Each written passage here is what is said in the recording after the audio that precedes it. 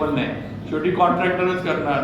पण भाऊ एवढं तर आहे, माझ्यावर कुठेही किंवा माझ्याबरोबर असणाऱ्या सहकाऱ्यांवर कुठेही मार्केट कमिटीच्या संडासमधनं पैसे खाल्लेला तरी आरोप नाही,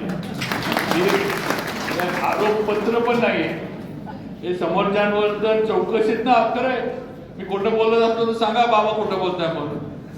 मुंबई मार्केट कमिटीच्या चौकशीमध्ये कोणावर आरोपपत्र दाखल झाले हे इथं बसलेल्या प्रत्येकाला माहिती आहे. आणि कुठल्या विषयामध्ये ते संडास चालवण्याच्या ठेक्यामधनं कोट्यावधीचा मलिदा हा तत्कालीन संचालक मंडळानं लाटल्याचा तसे डिटेल आहे. यांना उलट भाऊंना यांना जास्त डिटेल माहिती आहे. मी तर त्या डिटेलमध्ये पण शिरलो नाही. म्हटलं जाऊ दे, म्हटलं आपल्याला काही त्याशी घेणं देणं नाही. पण आज वस्तुस्थिती आहे, आज आमचे महेश शिंदे खालचे कोरेगावचे आमदार त्यांनी सगळं बाहेर काढलं होतं.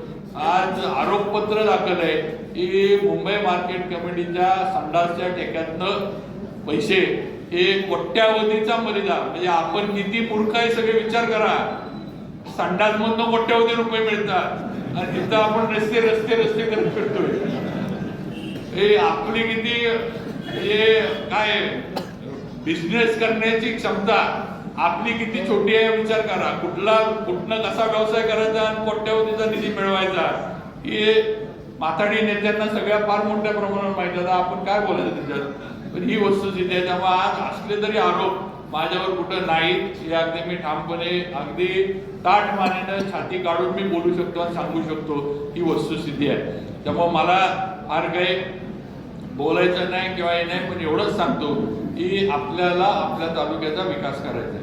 आपल्याला आपल्या तालुक्यामध्ये चांगले रस्ते असावेत, चांगलं ग्रामपंचायतचं कार्यालय असावं, चांगलं स्मशान